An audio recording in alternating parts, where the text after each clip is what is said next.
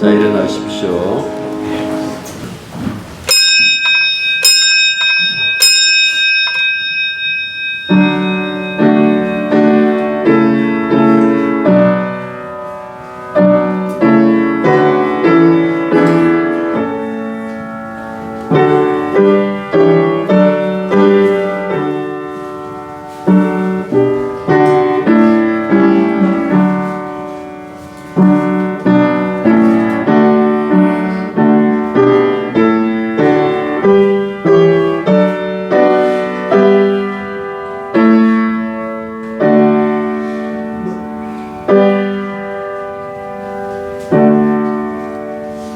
아버지 하나님, 아버지와 아들과 그리고 성령이 우리의 기쁨인 것을 이 시간 깨닫게 해 주시고 그 기쁨을 마음껏 영광 돌리는 데 사용할 수 있도록 이끌어 주시고 또 우리 삶 속에도 그 기쁨으로 살아갈 수 있는 그런 힘을 얻을 수 있도록 또한 이끌어 주시옵소서. 이 예배의 처음과 마지막 그 순간까지 주의 영이 함께 하시사 온전히 온 기쁨이 하나님을 향할 수 있는 시간이 되게 도와주옵소서. 예수님 이름으로 기도드립니다. 아멘. 아멘. 신약성경 야고보서 5장 12절 다 같이요. 내 형제들아 무엇보다도 맹세하지 말지니 하늘로나 땅로나 아무 다른 것으로도 맹세하지 말고 오직 너희가 그렇다 생각하는 그렇다고 하고 아니라 생각하는 것은 아니야 하며 정죄받으는. 아멘. 우리가 읽던 이 12절은 야고보서 다른 어느 본문보다도 예수님 말씀하신 산상설교에서 직접 인용한 말씀입니다. 예수님도 맹세를 금하시죠. 그리고 예 아니면 아니요. 긍정의 말에는 예, 부정의 말을 할 때는 언제나 아니요 라고 그렇게 얘기하라고 말씀하셨어요. 때로는 한때는 이 12절을 문자 그대로 이해하는 사람들이 뭐라고까지 생각했는가 하니까 왜 우리가 법정의 증인으로 가면 선서를 시켜요. 선서를 시키는데 그것조차도 안 된다고 생각하는 사람들이 있었어요. 하지만 12절은 이 야고보는 그런 의미로 이 말을 하는 것은 분명히 아니다라는 그 말씀입니다. 예수님의 말씀을 가지고 와서 지금 이야기하는데 사실은 5장 전체가 다 그 얘기를 해요. 그러니까 우리가 무엇을 하고 안 하고의 문제가 아니고 도대체 이 세상의 주인이 누구신지 하나님이 어떤 분이신지를 말하기 위한 그 과정에서 이 맹세를 가지고 온 거예요. 웬만하니까 사람들이 뭐 맹세라고 했지만 그냥 내가 약속한다. 우리 그렇게 하자라고 이렇게 얘기를 하자요. 한국 사람들의 인사 중에 하나가 뭡니까? 우리 다음에 밥 먹자. 사람들 어떤 사람들은 굉장히 그걸 기다린대요. 언제 도대체 날 부를까? 그런데 우리는 그건 그냥 인사치레예요. 그런 것처럼 어떻게 보면 입에 달려져 있는 것이 이런 어떤 그런 이 맹세류의 유형의 어떤 약속들을 하고 있는데 그런 것들을 남발하고 있는 인간들에게 너희들은 그런 것조차 되지 않는 존재라는 그 사실을 생각하지 않느냐라고 말씀하시는 것이라 라고 이렇게 보시면 되는 거예요. 먼저 마태복음 5장 한 편 보십시오. 33절부터 37절 마태복음 5장 33절부터 37절 찾으셨습니까? 제가 읽습니다. 또 옛사람에게 말한 바 맹세하지 말고 요거는 신명기에 나오는 말씀이에요. 거짓 맹세하지 말라는 그 얘기거든요. 자, 계속 읽습니다. 내 맹세한 것을 주께 지키라 하였다 보다도 라고 이렇게 얘기를 했어요. 맹세하지 말지니 하늘로도 하지 말라 이는 하나님의 보좌요 땅으로도 하지 말라 이는 하나님의 발등상이요 예루살렘으로도 하지 말라 이는 큰 임금의 성이요 내 머리로도 하지 말라 이는 내가 한 트럭도 희고 검게 할 수 없음이라 오직 너희 말은 옳다 옳다 아니다 아니라 하라 이에 지나치는 것은 악으로부터 나느니라 라고 이렇게 말씀했어요. 토라에서 거짓 맹세하지 말고 맹세한 것은 반드시 지키라 라고 이렇게 얘기를 했는데 아예 예수님은 금하고 있어요. 맹세하지 말라 라고 이렇게 얘기를 하고 있어요. 왜 이런 얘기를 했을까? 우선 이 서기관과 바리새인들의 이 궤변 때문이에요. 이 궤변. 이들은 맹세도 서의를 매겼어요. 하나님의 이름으로 맹세한 것은 반드시 지켜라. 그러나 하나님보다 못한 것들에 맹세하면 그것은 좀 덜 구속력을 가진다라고 그렇게 얘기를 해요. 다시 말하면 하나님 이름으로 맹세한 것이 아닌 만약 하늘이나 땅이나 예수님이 하늘이나 땅이나 혹은 자기 자신을 두고 이렇게 맹세를 하는 것을 다 가지고 온 거예요. 이렇게 맹세하는 것은 사정에 따라서 안 지켜도 된다라고 그렇게 가르쳤어요.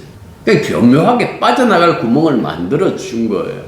예수님이 이들의 맹세에 대한 그 이야기를 마태복음 5장뿐만 아니라 23장에도 얘기해요. 화 있을진저 서기관과 바리새인들이 이렇게 얘기를 하잖아요. 거기도 이렇게 얘기를 해요. 화 있을진저 눈먼 인도자여 너희가 말하되 누구든지 성전으로 맹세하면 아무 일 없거니와 성전에 금으로 맹세하면 지키지라 하는도다. 어리석은 소경아 어느 것이 크냐 그 금이냐 그 금을 거룩하게는 성전이냐. 너희가 또 이르되 누구든지 제단으로 맹세하면 아무 일 없거니와 그 위에 있는 예물로 맹세하면 지킬지라 하는도다. 산상설을 위해서 다루었던 것을 다시 한 번 더 거론하신 것은 그 맹세를 통해서 이들이 그 죄를 짓는 그러니까 이 맹세는 아주 심각한 죄로 여기셨던 것 같아요. 왜냐하니까 대부분 맹세를 왜 하느냐 하니까 쓸데없이 맹세 안 하겠죠. 불리한 어떤 자기 현실에서부터 도피하려는 그 수단으로 사용해요. 이 드라마 같은 걸 보면 이 채무자 찾아오면 이 채무자의 독촉을 채무자가 독촉을 피하기 위해서 어떻게 합니까? 내 꼭 줄게. 집에 돈이 없어요. 슈퍼에 가갖고 음식거리를 사봐야 되는데 어떻게 얘기를 합니까? 내 며칠 날 꼭 줄게. 여러분들 이런 것들은 어떻게 보면 그나마 이해할 수 있어요. 전혀 다른 유형의 그 맹세가 성경에 굉장히 많이 나오고 있어요. 예를 들어 볼까요? 야곱 이야기. 야곱이 아버지 속이고 형 속이고 그 장자의 그 특권을 탈취해요. 그런데 형이 그 일을 알고 굉장히 화를 내죠.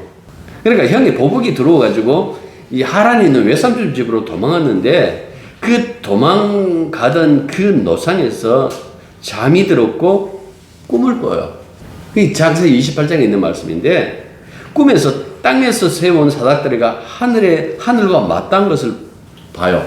그리고 그 사닥다리 위로 천사들이 오르락 내리락 하고 그 꼭대기에 주님이 있어서 야곱을 아브라함 언약의 계승자로 인정해 주시는 그 말씀을 하신 거예요. 아브라함이 약속했던 땅 약속, 많은 자손 약속, 복의 근원이 될 약속, 무엇보다도 너와 항상 함께 하겠다는 그 약속을 하셨어요. 그러니까 잠에서 깬 야곱은 그것의 이름을 벳엘, 하나님의 엘, 그러니까 이 하나님의 이 집이란 뜻이에요. 그리고 이렇게 서약합니다. 맹세하죠. 야곱이 서원하여 이르되 하나님이 나와 함께 계셔서 내가 가는 이 길에서 나를 지키시고 먹을 떡과 입을 옷을 주시어 내가 평안히 아버지 집으로 돌아가게 하시오면 여호와께서 나의 하나님이 되실 것이요 내가 기둥으로 세운 이 돌이 하나님의 집이 될 것이요 하나님께서 내게 주신 모든 것에서 10분의 1을 내가 반드시 하나님께 드리겠나이다. 이렇게 얘기해요. 자주 그 말씀 드렸지만은 이 서원, 이 맹세의 특징이 뭡니까? 철저하게 조건적이죠. 그리고 자기 중심적이죠. 형도 속였고 아버지도 속였으니까 하나님도 속일 작정이었는지 야곱은 그 이름, 속이는 자자, 야곱은 그 이름대로 본능적으로 입을 연 것이 바로 이 맹세였어요. 하나님이 나를 위해 주시면 나의 하나님이 될 것이요 기둥으로 세운 이 돌이 하나님의 집이 될 것이요 11조를 제가 꼭 드리죠. 마치 자신이 하나님을 선택하고 하나님을 섬길 것처럼 그렇게 말을 해요. 하지만 야곱이 하나님을 선택할 수 있는 것이 아니라 하나님이 이미 그를 선택하셨어요. 바울의 말을 빌리면 그가 태어나기도 전에 선택하신 거예요. 하나님의 집은 야곱이 세우는 것이 아니죠. 하나님이 계신 곳이 하나님의 집이라면 이미 자기 또 뭐라고 그랬습니까? 잠식해서 베델 그랬잖아. 뭐요 하나님 계시네? 베델이라는 그 뜻이 하나님의 집이라는 것이잖아요. 그런데 자신이 다시 하나님의 집을 짓겠다라는 것은 소위 말해서 삐까뻔쩍하게 지어주겠다는 것이잖아요. 후에 이곳 베델에 야곱의 그때의 생각과 걸맞는 성전이 하나 서요. 북왕조를 세운 여로보암이 여기에 황금 송아지 하나님을 만들어 세운 성전이 서요. 이 일반적인 사람들의 생각이에요. 늘 조건 걸잖아요. 하나님 내 아들 낫게 해주시면 이 아들 하나님 앞에 바칠게요. 한국교회 이래서 망했어요. 그 안 바쳐야 되는데 그 어겼으면 한국교회 이만큼까지 안 타락했을 건데 쓸데없이 그 헌맹세하고 헌맹세를 지켜서 이렇게 망했다라는 그 말씀입니다. 이런 생각을 교회는 사람들이 생각보다 많아요. 오늘 내게 어떤 복을 주시려나? 하나님 이왕 주시려면 남들보다 더 주십시오. 남들과 똑같은 것은 그 복이 아니지요. 그들보다 더 많아야 복이라고 할 수 있지요. 내가 하나님 요구하시는 대로 어떤 행동이라도 할 테니까 남들보다 더 많이 주십시오. 그래서 어떻게 보면 한국교회, 지금까지 한국교회가 끊임없이 이렇게 성장하다 멈춰버렸잖아요. 성장 그 과정 속에서 성장을 유지할 수 있었던 것은 사람들의 꿈을 심어준 거예요. 당신도 축복의 주인공이 될 수 있습니다. 이게 하나님의 이 한국교회의 성장의 동력이었어요. 믿음이 있어서 속된 말로 하면 개뿔. 이게 신앙에는 죄인의 본질이에요. 죄인은 아무리 경건한 척해도 자기의 그 범죄에서 못 벗어나요. 그래서 성경은 그 얘기를 하잖아요. 인간은 그 자체로 하나님 나라를 이어받을 수 없다. 하나님 나라에 들어갈 수 없다. 야곱이 끊임없이 그 요구하는 것은 땅에 속한 거예요. 하나님이 야곱을 통해서 하실 일은 하늘에 속한 거예요. 사람들은 흙에 속한 그 형상이 아니라 하늘에 속한 형상으로 사람을 하나님 흙에 속한 형상이 아니라 하늘에 속한 형상으로 만들어 가시겠다는 것이 하나님의 보관인데 사람들은 늘 땅에 속한 그 약속에 집착하고 있다는 것을 야곱을 통해서 보여주고 그건 참 다행스러운 것이 하나 있어요. 그게 뭔가니까 인간이 어떤 헛짓거리를 해도 어떤 헛소리를 해도 하나님께서 일방적으로 당신이 약속하신 것을 당신 스스로 지켜내신다는 거예요. 성경의 역사는 그 역사예요. 여기서 인간이 잘한 것과 잘못한 것을 우리가 보면서 그 잘한 것을 쫓아갑시다. 그 얘기하는 것 아니에요. 인간은 늘 헛짓거리를 했고 헛소리를 했지만은 하나님은 당신의 말씀을 늘 지키되게 지키셨다. 그 얘기가 성경이에요. 사닥다리 끝 머리에서 그 제일 최상의 꼭대기에서 하나님 주님 말씀하셨잖아요. 야곱 보고 하는 소리 한다. 가까이는 요셉이 이루어요. 그런데 궁극적으로는요 예수님에게서 이루어지죠. 왜? 하나님의 약속이 예수 그리스도를 겨냥하고 있기 때문에 그렇다라는 그 말씀입니다. 여러분들 성경에 보면 야곱을 선택해서 사용하시는 야곱이 중요한 건 아니에요. 야 이런 인간도 선택받느냐라고 할 수 있잖아요. 그래 이런 인간도 선택해서 나는 내 마음대로 한다. 나는 내 뜻대로 한다. 이게 선택이에요. 네게 가능성을 내가 봤다. 사람들이 사람을 뽑을 때에 뭐 회사든 아이돌이든 가능성 보잖아요. 그런데 교회는 가능성 뽑은 사람 아무도 없어요. 이스라엘의 모든 조상들 우리 또한 하나님이 하실 일에 도구로 동원되었어요. 우리의 능력이 그분에게 사용되는 것이 아니라 그분이 어떤 능력으로 일하셨는지 그냥 목격자로서 증인을 세웠다라는 그 얘기예요. 여러분들이 가지고 있는 그 알량한 그 소질을 사용하시겠다는 것이 아니고 다시 이야기합니다. 하나님이 다 하셨다라는 것을 증인으로 세워놨다라는 그 말씀입니다. 그러니까 응단소를 해대던 야곱이 구원받은 것은 사람이 달라져서가 아니에요. 이름도 달라져요. 나중에 야곱이 아니라 이스라엘. 이름이 달라졌으니까 사람도 달라지지 않았을까 생각하시나 천만의 말씀. 안 달라졌어요. 성경은 야곱의 새 이름 이스라엘을 하나님과 겨루어 이겼다라는 그 해석을 미주에다 이렇게 달아놔요. 호세에서 뭐 기도했다라고 나오니까 기도해서 약복강에서 기도해서 하나님을 설득했는가? 아니에요. 봐라 이놈이 하나님을 이겨 먹으려고 한 인간이다. 그래서 내 이름을 줬다. 이스라엘이라고. 다시 말하지만은 야곱이 구원받을 수 있었던 것은 하나님이 계시한 그 사닥다리 예수님이 하나님의 계획을 모두 이루셨기 때문에 그렇다라는 그 말씀입니다. 이걸 요한복음 1장에서 얘기를 해요. 나다나엘을 부르시면서 자신을 야곱의 꿈에서 본 사닥다리로 비유해요. 그분이 우리를 하늘나라로 인도하실 죄인들을 하늘나라로 인도하실 분으로 오셨기 때문에 우리는 사닥다리 예수님 그분이 지신 십자가를 통해서 이렇게 하늘나라로 갈 수 있다라는 것을 말씀하고 있는 거예요. 에베소서 강의하면서 말씀드린 것처럼 이미 창세 전부터 구원은 고정되어져 있었어요. 예수 그리스도 주 안에서 아들 안에서 하나님의 그 모든 뜻이 예수님에서 이루어질 수 있도록 고정해 놓았어요. 야곱이 이스라엘이 되었다고 구원받는 것 아니에요. 사닥다리 되시는 예수님의 은혜로 말미암아 구원받는다라는 그 말씀입니다. 그렇게 본다면 야곱이 중요한 것 아니에요. 성경에 등장한 인물들 그 중요한 것이 아니다라는 그 말씀입니다. 다시 말하지만 속인 자 야곱이 구원받은 것은 하나님이 약속하신 대로 예수 그리스도가 오셔서 하나님의 언약을 이루셨기 때문에 이루어진 일이다라고 그렇게 얘기해요. 이걸 갖고 은혜라고 이렇게 얘기를 하죠. 야곱의 예보다 더 나쁜 경우에 맹세가 있어요. 비언약 자손이 자기가 맹세를 꼭 지키겠다고 나오는 거예요. 사람들이 가끔씩 그렇게 얘기를 해요. 뭐 예수 믿는 사람도 극하지만 안 믿는 사람도 그래요. 내가 언제 헛소리 하는 거 봤나? 굉장한 자부심이죠. 그런데 그 자부심이 굉장한 피해를 끼친다라는 그 사실을 모르고 있는 거예요. 그 중에 대표적인 인물이 헤롯 안티바라고 나오는 성경.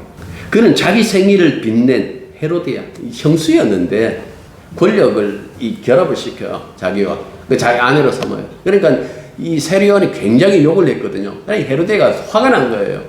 권력 지향적인 여성이었기 때문에 저 원수 같은 놈 언젠가 내가 죽이리라. 그렇게 했는데 마침 헤롯의 생일이었고 헤로데아의 딸이 요즘 같으면 아이돌 같은 춤을 춘 거예요. 그래서 세상에 이런 일이 이제 마지막으로 이렇게 했는데 진짜 세상에 이런 일이 나올 만큼 아주 이쁜 춤을 췄겠죠. 그래서 기분이 너무 좋은 이 헤롯이 이야기를 합니다. 뭘 줄까? 내 나라에 반이라도 떼줄까? 내가 네 원하는 거 다 줄 테니까 말해보라. 그렇게 얘기를 해요. 그렇게 얘기하자 얘가 자기 이야기를 하지 않고 엄마한테 쫓아갑니다. 왕이 이런 소리를 하는데 엄마 내가 뭐라고 얘기를 할까라고 하니까 헤로데가 이렇게 얘기를 하죠. 할 일이 하나 있어. 이 엄마 소원이야. 세리요한 목 달라고 얘기해. 그 얘기를 듣고 왕에게 얘기를 합니다. 세리요한의 목 주십시오. 아마 그 소리를 들었던 왕은 굉장히 창백했을 거예요. 얼굴이. 성경에 이렇게 나와 있어요. 제가 읽어볼게요. 마가복음 6장 26절. 왕이 심히 근심하나. 그 다음 보면 이렇게 얘기를 해요. 자기가 맹세한 것과 그 자리에 있는 자들로 인하여 그것을 거절할 수 없는지라. 왕이 곧 시병 하나를 보내어 감옥에 갇혀 있었거든요. 요한의 머리를 가져오라 명하니 그 사람이 나가 옥에서 요한의 목 베어 그 머리를 소반에 얹어다가 소녀에게 주니 소녀가 이것을 그 어머니에게 주니라라고 이렇게 되어 있어요. 그리고 그 다음 구절이 요한의 제자들이 요한의 장사 지냈다. 여러분들 요한이 장사 지낼 때 목 없는 목 없는 몸뚱아리를 가지고 장사 지냈을 거예요. 여러분들 이런 어떤 사건들을 두고 본다면 자기의 맹세를 지키겠다라는 그 의지력이 얼마나 큰 피해를 준다라는 그 사실을 알 수 있잖아요. 그래서 야고보가 예수님이 그 얘기를 한 거야. 무엇보다도 맹세하지 말라. 왜 이렇게까지 맹세를 금할까? 예수님 생각에 맹세는 그 인간의 필요에 따라 할 수 있는 것이 아니라고 생각하시는 거예요. 이걸 어떻게 보면 서로 원망하지 말라는 말과 같다. 앞에서 서로 원망하지 말라 그랬어요. 왜 원망하면 안 됩니까? 인간끼리는 답이 없어요. 답을 가지지 않는 사람 보고 아무리 그 호소하고 원망해 본들 거기에서 답이 안 나와요. 욥이 얘기했잖아요. 욥의 답은 하나님만 가지고 계셨어요. 그래서 욥이 친구들에게 짜증은 냈지만은 원망 안 했어요. 하나님을 끊임없이 원망하고 제발 좀 알게 해달라고. 그 악착같이 하나님에게 매달렸다라는 그 말씀입니다. 왜? 그분이 답을 가지고 계시니까. 이 맹세하지 말라는 것도 역시 마찬가지예요. 여러분들 우리가 다 인생의 답을 가지고 있는 것 아니에요. 우리는 이 세상의 주인이 아니에요. 사람들은 흔히 이렇게 얘기를 해요. 목사님 제가 지금은 좀 신앙에 등한시 안 하고 있는데요. 요 일만 끝나면 제 진짜 열심히 일할게요. 그거 안 지켜지죠. 여러분들 그걸 갖고 자기 기만 그래요. 좀 더 이렇게 확대시키면 하나님 속이는 말. 성경은 그런 맹세 요구 안 해요. 어떻게 보면 성경이 이렇게 얘기를 해요. 제발 헛소리 좀 하지 마라. 네가 네 아는 것보다도 내가 너 더 잘한다. 왜? 내가 창조했기 때문에. 내가 뭐려고 하느냐. 그냥 예수 믿으라 그랬잖아. 그런데 뭘 하겠다 못 하겠다 그렇게 네가 결정하는데 신앙생활은 우리 각오로 때울 수 있는 것이 아니에요. 주님 앞으로는 하루에 333 세 번 기도하고 3분 기도하고 하루에 성경 3장 읽고 할 테니까 여러분들 그런 각오로 띄울 수 있는 것이 아니다라는 그 말씀입니다. 앞으로 잘하겠다라는 그 맹세 아무런 의미가 없어요. 지금 하나님의 은혜대로 움직이면 되는 거예요. 그 주시는 은혜대로 사는 거예요. 제가 조금만 더 있으면 과거에 이렇게 여러분들 혼자 나오시는 분, 이 신랑 만나서 얘기하면 앞으로 제가 이 일 끝나면 제가 교회 나오도록 하겠어요. 이게 다 외상 신앙인데 한 사람도 안 지켰어요. 다 떼먹었어요. 세례 주면서 제가 꼭 딴 건 몰라도 그 예수 믿느냐 묻고 그 다음에 얘기해요. 그 어떤 경우도 신앙을 포기하지 않느냐. 그럼 다들 이해라고 했어요. 가끔씩 오래전에 함께 신앙생활 했던 그 친구들 만나면 그 얘기를 해요. 우리 때는요 교회에서 먹고 그냥 자고 살았지요. 신앙은 과거형 아니에요. 미래형도 아니고 과거형도 아니에요. 그냥 영원의 현재예요. 앞서도 말했지만은 사람들이 쓸데없는 맹세를 지킨다고 해갖고 지금 한국교회가 망설였는데 일조했어요.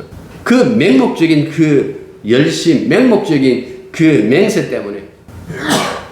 그러니까 도무지 맹세하지 말라는 그 권고 뒤에 그런데 이런 것까지 읽어내셔야 되는 거야. 이 세상은 하나님이 창조하셨지. 그분이 주관자이시지. 세상의 주관자가 하나님이심을 망각하지 말라라는 거예요. 매일매일 하나님의 인도를 따라 살고 있음을 잊지 말라라는 거예요. 다른 말로 하면 지금 네가 사는 세상은 네 세상 아니다. 네가 인생을 산다고 하지만 너 인생 아니다. 그 모든 걸 하나님이 주관하신다. 하나님이 창조주이시고 하나님이 섭리하고 계시기 때문에 하나님이 모든 것을 하시는 거예요. 이 사실을 우리가 받아들인다면 내가 무엇하겠다고 맹세할 것이 아니라 오늘 하루도 하나님의 은혜였습니다. 고백하는 거예요. 바울이 그 얘기를 하죠. 나의 나된 것은 하나님의 은혜였다. 그게 그냥 인사치리를 한 것처럼 보여요. 그가 수많은 것을 경험하고 난 다음에 결국 하나로 그렇게 응축시킨 것이 바로 그거였어요. 하나님의 은혜였습니다. 언젠가 그 말씀 드렸어요. 우주적 시간이든 지구적 시간이든 하나님이 창조하셨다고. 무슨 얘기예요? 통제하신다는 말씀. 사람들은 천년만년 살 것처럼 그렇게 말하고 행동해요. 자신의 시간이 언제 접힐지 아무도 몰라요. 물론 모르는 게 좋아요. 그거 알고 있으면 힘들어 어떻게 살아요. 맨날 며칠 날 내 죽는다더라. 몰라야 돼요. 왜 모르게 하실까? 만약에 우리에게 주시는 것이 있다면 우리가 앞서 이 단락에서 그 말씀을 했잖아요. 예? 결실만 보는 것이 아니라 그 결실이 있기까지 이른 비와 늦은 비. 다시 말해서 때를 따라 돕는 하나님의 은혜가 있다라고 그 말씀 드렸잖아요. 인간은 그냥 하나님이 주시는 때에 따라 주시는 그 은혜를 따라서 살면 되는 거예요. 자, 5장 12절 다시 보십시오. 오직 너희가 그렇다고 생각하는 것은 그렇다고 아니라고 생각하는 것은 아니라 하여 정죄를 면하라. 자기 말에 책임지라는 이야기예요. 그런 말 안 해요. 주제 파악하라는 뜻이에요. 우리가 할 수 있는 것이 아무것도 없다라는 그 얘기입니다. 내가 예한다고 예한 모든 것이 이루어집니까? 아니면 아니라고 한다고 그 아니라는 것이 안 이루어집니까? 주제 파악하라는 뜻이에요. 그런데 불구하고 우리 안에 그리스도의 생명이 역사하는 것은 왜일까요? 그래도 사랑하니까 말은 이쁘죠. 맞아요. 하나님 사랑해요 우리. 그런데 그것보다도 그리스도를 증명해내라고, 주님을 나타내라고. 기독교는 자기 증명이 아니에요. 자기 증명이 종교 아니에요. 기독교의 모든 종교는 다 자기 증명해요. 다른 모든 종교는 다 자기 증명의 종교예요. 오직 기독교만 뭡니까? 은혜 종교. 우리는 예수님이 하나님의 뜻을 다 이루셨다는 것을 말하는 종교예요. 고린도서 1장 19절부터 20절 보면 이런 말씀이 있어요. 나와 실루아노, 디모데가 여러분에게 선포한 하나님의 아들 예수 그리스도께서는 예도 되셨다가 동시에 아니오도 되신 분이 아니었습니다. 이렇게 얘기를 했어요. 그리스도 안에는 예만 있을 뿐입니다. 예스만 있을 뿐입니다. 노가 없으신 분이십니다라고 얘기를 해요. 하나님의 모든 약속은 그리스도 안에서 예가 됩니다. 그러므로 그리스도로 말미암아 우리는 아멘 하면서 하나님께 영광 돌리는 것입니다. 아멘이 뭐예요? 동의합니다. 예수님은 하나님 앞에 예스입니다. 예수님이 하나님의 모든 뜻을 다 이루셨습니다. 우리는 거기에 대해서 아멘, 예 그렇습니다. 그 동의하는 거예요. 하나님 뜻을 다 이루었으니까. 아까 우리가 5장 12절에 예와 아니요 만약에 예요 아니요라고 그 얘기를 할 때 어떻게 해야 될까요? 예? 그런 것은 그렇다, 아니다. 그렇다 하는 것은 뭐라고 얘기할 때 그렇다라고 하면 될까요? 예수님이 하나님의 뜻을 다 이루셨죠? 그렇다. 예. 그래서 당신이 약간이라도 거기에 참여해가지고 힘을 보탰지요? 아니요. 그러면 다 예수님이 하셨습니까? 예. 여러분, 이렇게 하라고 우리가 지금도 여기에 존재하는 거예요. 신앙을 위해서 의욕 내시는 거 좋은데 그 의욕을 이렇게 내십시오. 어떻게든 내가 예수님을 나타내리라. 예수님을 나타내십시오. 바울처럼 오직 주만 나타내기 위하여 그 열심을 가진다면 하늘에서 기뻐하시겠죠. 기도하겠습니다. 우리의 세상이 아니고 우리의 인생이 아니고 다 주님 것이었습니다. 거기에 동원된 도구로서 살고 있는 우리들 마치 내가 주인인 양, 내가 성취할 수 있는 양 말하고 행동하고 생각하는 모든 것들이 이 시간 무너지길 원합니다. 오직 우리가 할 수 있는 것은 예와 아니오라면 주님이 다 하셨다는 그 진실한 진리의 말씀 앞에서는 예라고 하고, 인간의 그 성취, 인간의 꿈 얘기할 때는 아니오라고 할 수 있는 철저하게 주의 사람으로 살아갈 수 있는 저희들이 되게 해 주옵소서. 예수님 이름으로 기도드립니다. 아멘. 이제는 우리 주 예수 그리스도의 은혜와 하나님의 크신 사랑과 성령의 교통하심이 진실로 자기 맹세가 아니라 하나님의 맹세를 의지하여 오직 은혜로 살기로 다짐하는 당신의 자녀들 위해 이제로부터 항상 함께 있기를 축원합니다. 아멘.